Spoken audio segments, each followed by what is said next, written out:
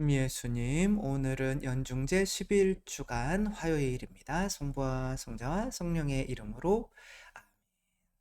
지금 저희는 산상설교, 산상수훈, 예수님께서 행복하여라 하느님 나라를 선포하시는 이제 산상수훈을 듣고 있는데, 하느님 나라는 행복인데 듣다가 보면은 저게 가능할까, 그런 말씀을 계속 하시죠. 화내도 살인하는 거라고 그러고, 그냥 쳐다봐도 간음하는 거라고 그러고, 오늘은 무슨 말씀을 하시냐면, 원수까지 사랑하지 않으면은 하느님 자녀라 불릴 수 없다. 그런 거죠. 어떻게 원수를 사랑할까? 그게 가능할까? 물론 뭐 고종원 씨나 뭐 많은 분들은 정말 자기 일가족을 죽인 사람까지도 자기 양자로 삼고 용서하는 모습을 보이죠. 그리고 그게 또 기도의 힘인 거죠. 그러니까 내 힘으로는 할 수 없지만 기도로 할 수 있는 건 내 의지만 있으면, 나는 너희에게 말한다. 너희는 원수를 사랑하여라. 그리고 너희를 박해하는 자들을 위하여 기도하여라. 그 방법은 기도밖에 없는 거예요. 그래야 너희가 하늘에 계신 너희 아버지의 자녀가 될 수 있다는 거죠. 우리를 사랑하는 사람만 사랑하면 무슨 소용이 있겠는가. 그러므로 하늘에 너희 아버지께서 완전하신 것처럼 너희도 완전한 사람이 되어야 한다. 그래서 원수까지 기도로 용서할 수 있으면 완전한 사람이 된다는 거죠.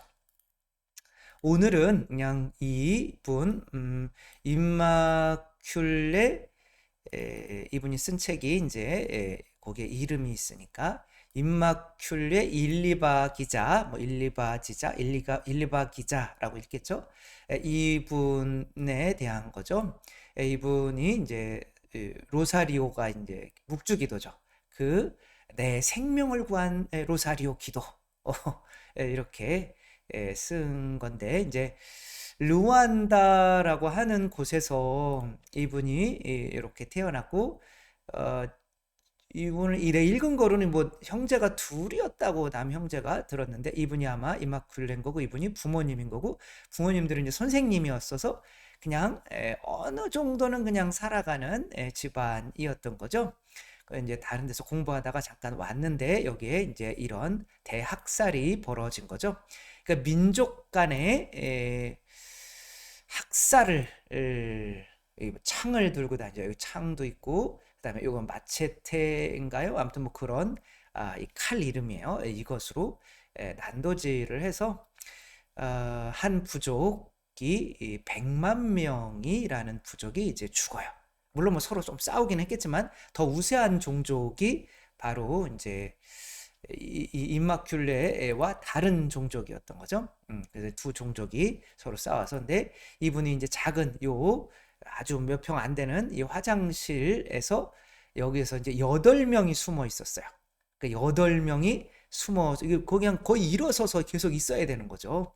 그러면서 91일 동안, 그게 굉장히 지속돼 91일 동안 그러다가 기회를 봐서 탈출해가지고 이제 수용소 쪽으로 와서 이제 간신히 살게 돼서 자기의 이야기를 이제 교황님한테도 이렇게 얘기하고 책도 쓰고 이렇게 강연도 다니면서 이야기를 하는 거죠. 이야기하는 주 목적은 뭐냐면은 용서에 관한 거죠.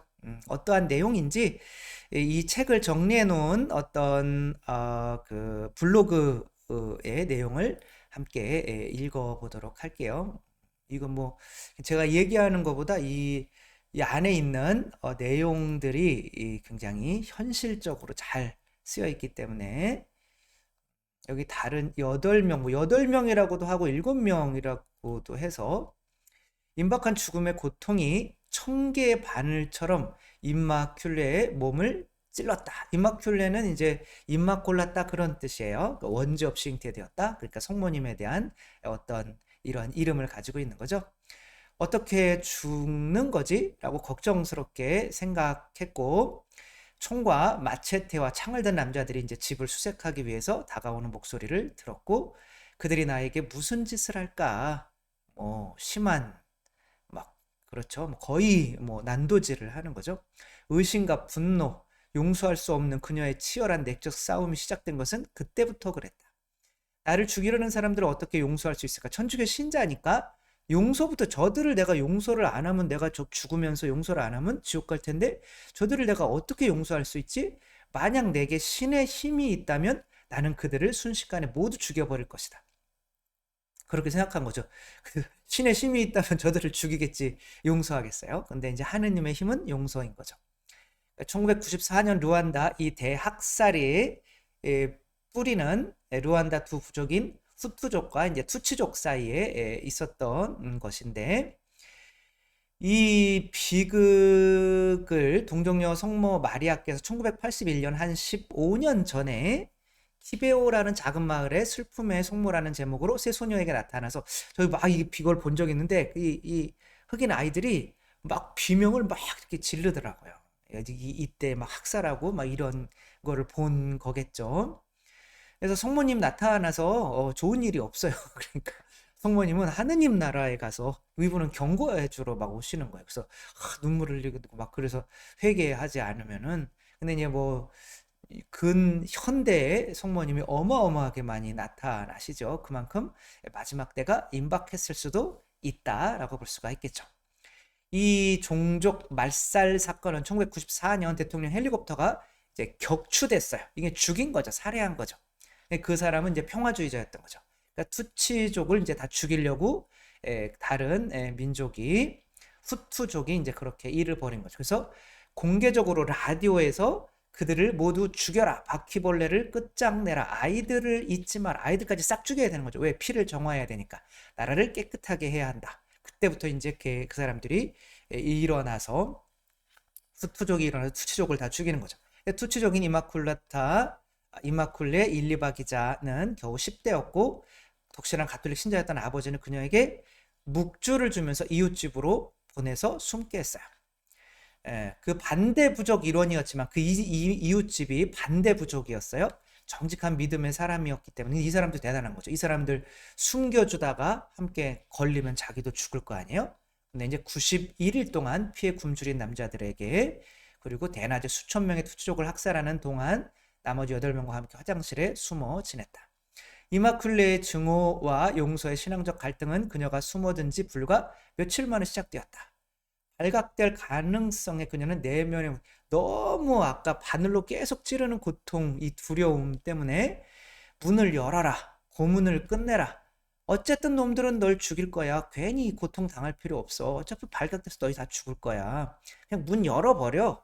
뭐 이런 내면의 목소리와 문 열지 마. 하느님의 도움을 구해. 그분은 전능하신 분이기 때문에 무엇이든지 할 수 있어. 아직 기회가 있어. 라고 하는 두 목소리가 계속 싸웠던 거죠.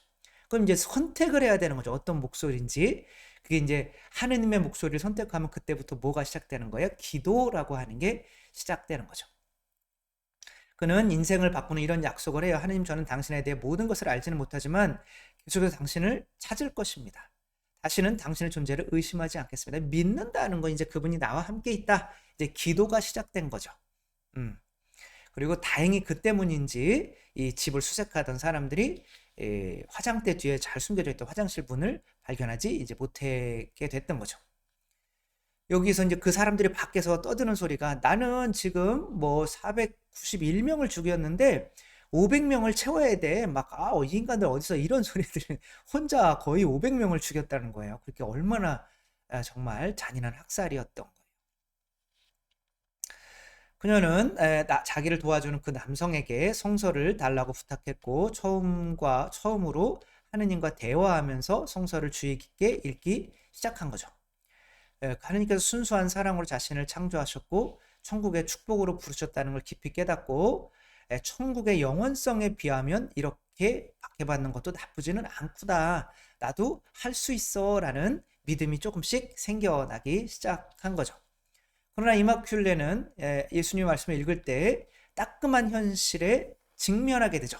너희를 미워하는 자들을 용서하여라. 너희를 박해하는 자들을 위하여 기도하여라. 오늘 복음인 거죠. 이게 짜증나는 거죠. 이게 어떻게 가능할 수 있지? 나는 내가 공경에 처해 있다는 것을 깨달았다. 하느님은 내가 나를 죽이려고 하는 사람들을 용서할 수 없다면 천국에 갈 수 없다고 말씀하고 계셔서 이걸 분명히 한 거죠. 내가 저들을 용서하지 않으면 분명 나 천국에 못 가는데 대신 그녀는 아빠가 준 묵주로 눈을 돌렸다. 기도하는 하면서 그녀는 새로운 어떤 깊은 평화를 느꼈는데, 이 수년이가 아니라 이제 그 자매인 거죠. 매일 총 27번의 이게 영어로 봤는데 27번, 이게 아무튼 뭐 27단을 했다는 건지 아니면 5단씩 27번을 했다는 건지 모르겠어요. 또 14번의 자비의 기도 있잖아요. 하나님 자비의 기도 를 이제 바쳤다. 그것만이 그녀가 분노와 절망의 생각에 빠지지 않게 해주었다. 그러나 며칠 후에 기도드릴 때 우리에게 잘못한 일을 저희가 용서하오니라는 구절이 주님의 기도에서, 이거는 너무 불안해서 아예 생략하기로 한 거예요. 적어도 거짓말은 아니니까. 저에게 잘못한 일을 저희가 용서하오니 요 구절만 빼고 하는 거죠. 근데 이것은 며칠 동안 계속되었고, 그때 이제 또 이러한 음성을 듣게 되죠. 나는 내가 바치는 주님의 기도가 인간이 만든 것이 아니라는 사실을 알기 바란다. 예수님 자신도 이 기도를 바쳤고 그분은 실수가 없는 분이시다. 그러니까 이건 인간이 만든 기도가 아니야. 네가 그것을 뺄 수 있는 기도가 아니야 라고 하는 거죠. 그때 처음으로 항복의 의미를 알게 되었다. 하느님께 항복하는 거죠. 저는 하느님께서 제게 혼자서 모든 것을 할 줄 알아야 할 필요는 없다. 그것을 내게 주어라 라고 하실 때, 그러니까 하느님이 네가 하지 말고 나한테 맡겨 라고 하실 때, 좋아, 기도는 하겠지만 아직도 어떻게 용서해야 할지 모르겠어. 제발 도와주세요 라고 기도했다. 하느님의 도움이 왔다. 감당할 수 없는 분노와의 싸움은 십자가 밑에서 예수님께서 아버지, 저들을 용서해 주십시오. 저들은 자기들이 무슨 일을 하는지 모릅니다 라는 예수님의 말씀을 읽었을 때 끝났다. 그러니까 성서와 같이 병행하는 것, 기도와 성서, 그러니까 말씀과 은총이 같이 병행이 돼야 되는 거죠. 거기에서 예수님께서 십자가 밑에 당신의 모습 박는 이들을 저들을 용서해 주십시오 라고 하는 구절이 있네 라고 보는 거죠. 그때 이렇게 회상한 거예요. 그 순간 저는 진정으로 그것을 깨달았습니다. 마치 예수님께서 제게 용서의 공식을 건네시는 것 같았습니다. 그는 나에게 말하길, 너를 죽이려는 사람들은 그것을 이해하지 못하겠지만 그들은 그들에게 다칠 결과도 측정하지 않는다. 그러나 그들처럼 된다고 해서 달라지는 것은 아무것도 없다. 그들에게 저항하지 말고 나에게 배워라. 내가 용서한 것처럼. 그래서 예수님께서 하신 것처럼 하면 되겠구나. 그런 생각을 하게 된 거죠. 그래서 그때 저는 증오의 편에 선 사람들을 위해 기도하며 여생을 보내야겠다는 것을 알았습니다. 여기서 기도하면서 지금 다 이 화장실 안에서 이루어지는 거예요. 기도하면서 내 평생을 나의 원수들을 위해서 기도해야겠다. 너희는 너희를 박해하는 자들을 위하여 기도하여라. 그렇게 했잖아요. 그것만 하면은 된다는 거죠. 3개월 만에 화장실에 나왔을 때 그녀는 새로운 사람들을 만났고, 나왔을 때 내 부모, 형제, 사촌, 친구들을 포함해서 100만 명 이상의 사람들이 끔찍한 죽음을 당했다는 것을 알게 됐다. 이러한 모든 상황 속에서도 하느님의 임재는 결코 그녀를 떠나지 않았다. 그리고 계속 이렇게 붙잡는 거죠. 나는 그분이 나를 꽉 붙잡으시고 그렇게 말씀하시는 것을 느꼈다. 내가 사랑하는 사람들의 여정은 이 세상에서 끝났지만, 그들은 죽었지만 너의 여정은 아직 끝나지 않았다. 너의 삶이 얼마나 길든 간에 어떻게 살기로 선택하는 것은 너 자신에게 달려있다. 그래서 그들을 위해서 기도를 하고 그들의 용서를 청할 것인지. 그래서 이제 그녀는 자기 가족을 죽인 사람들을 직접 용서했고, 왜냐하면 자기 동네 사람들이니까.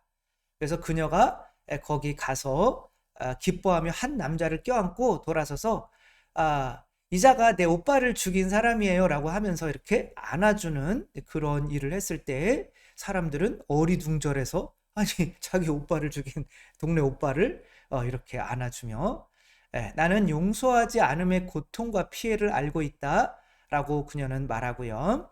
모든 이들에게 그러니 간청하오니 감히 용서해라. 주님을 붙잡고 묵주기도를 바치고 성경을 읽고 미사에 가고 용서에는 너무나 많은 기쁨과 자유가 있다. 감히 도전하여라. 이렇게 dare to forgive. 그러니까 감히 용서하는 일에 도전하여라. 기도만 하면 된다. 라고 기도하고 은총과 진리만 있으면 못할 게 없다. 그러니까 이분은 이제 완전에 이른 거죠. 그렇게 완전에 이르러서 하느님 자녀가 된 거죠. 기도는 성령을 받는 시간인데, 기도하면 성령을 받아서 내가 어떠한 존재인지 깨닫게 돼. 내가 하느님으로부터 사랑받는 존재구나. 그러면 내가 하느님의 자녀라는 믿음이 자꾸 기도하면 생기는데, 그 안에서 내가 그것과 반대되는 미움의 마음을 가지고 있을 수가 없어요. 항상 기도하면은 둘 중에 하나는 선택을 해야 돼요. 계속 그 사람을 미워하려면 기도를 끊어야 되고, 기도를 계속하려면 이제 그 사람을 용서하는 거를 선택을 해야 되는데, 내가 그 사람을 용서하려고 하다가 보면은 이런 예수님처럼 스테파노 성인도 돌맞으면서 저들의 죄를 용서해 주시고, 모세도 다 자기를 반대하는 이 사람들을 위해서 계속 중재 기도를 했었죠. 이런 것들을 보면서 나도 이렇게 해야 되는구나 라는 걸 깨달으면 하나님께서 힘을 주시고, 그렇게 원수까지도 용서할 수 있는 그런 능력이 내 안에 있다는 것이 발견되게 된다면, 아, 내가 진짜 하느님 자녀가 맞구나. 왜 인간의 힘으로는 할 수 없는 거를 아니까. 그렇게 세상에 또 복음을 전하는 사람이 되는 거죠. 우리는 이제 뭐 제일 중요한 거는 기도의 힘, 기도로 못할 게 없고, 가장 완전한 기도는 나의 원수까지 용서하려고 그 사람을 위해서 기도하는 거고, 그게 용서가 된다면 이제 하느님 자녀가 진짜 되었고, 아버지처럼 거의 완전해졌음을 믿어도 된다. 라는 거죠. 그래서 기도 안에서 뭐 이거 달라 저거 달라 청하기 이전에 먼저 혹시 내가 마음에 쌓인 사람이 있다면 그 사람을 위해서 기도를 할 수 있는 우리가 되었으면 좋겠습니다. 성부와 성자와 성령의 이름으로 아멘. 감사합니다. 사랑합니다.